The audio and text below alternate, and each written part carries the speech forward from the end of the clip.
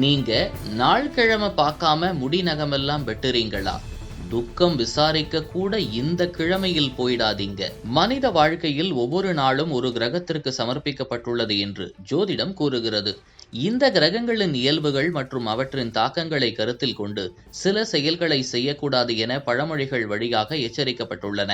இவை பெரும்பாலும் ஆன்மீக நம்பிக்கைகள், வாழ்க்கை அனுபவங்கள் மற்றும் கர்ம விளைவுகளை அடிப்படையாக கொண்டு உருவாக்கப்பட்டிருக்கலாம். ஞாயிற்றுக்கிழமை சூரிய பகவானின் நாள் என கருதப்படுகிறது. இரும்பு சனி பகவானை பிரதிபலிக்கக்கூடியது. சனி சூரியனுக்கு எதிர்மறையான தாக்கத்தை கொண்டிருப்பதால் இந்த நாளில் இரும்பு வாங்குவதால் செல்வம் குறையும், மனநல பாதிப்பு ஏற்படும் என்று கருதப்படுகிறது. திங்கள் சந்திர பகவானின் நாளாகும். சந்திரன் மனதை குறிக்கிறான். இந்த நாளில் துக்க நிகழ்வுகளுக்கு செல்லுவதை தவிர்க்க வேண்டும் என நம்பப்படுகிறது. ஏனெனில் இது மனச்சோர்வு, ஆற்றல் குறைவு, எதிர்காலத்தில் மன அழுத்தம் போன்றவற்றை ஏற்படுத்தலாம்.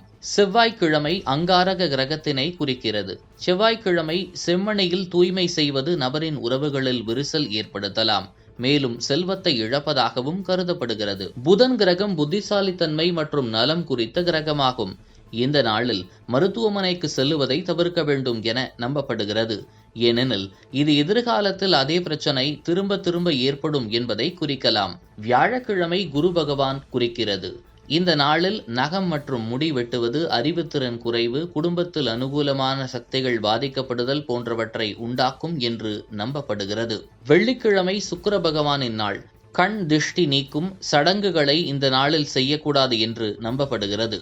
ஏனெனில் இது செல்வ சேர்க்கைக்கு பாதகமாக அமையும். சனிக்கிழமை சனி பகவானின் நாள். கடன் வாங்குவது நபரின் பொருளாதார நிலையை பாதிக்கும் என்றும் கடன் திருப்பி செலுத்துவதில் சிரமம் ஏற்படும் என்றும் நம்பப்படுகிறது. இந்த சூழ்நிலைகள் ஒவ்வொன்றும் ஆன்மீக ஜோதிட நம்பிக்கைகளின் அடிப்படையில் அமைகின்றன. இதன் பின்னணியில் உள்ள முக்கிய காரணங்கள் வாழ்க்கையின் பல்வேறு அனுபவங்கள் மற்றும் பகுத்தறிவு வழியே பரவியுள்ளன. இவை வெறும் நம்பிக்கைகள் என்றாலும் மக்கள் மனதில் ஒழுங்கு மற்றும் நல்வாழ்வு என்ற கோணத்தில் ஒரு வகையான கட்டுப்பாடுகளை உருவாக்க உதவுகின்றன.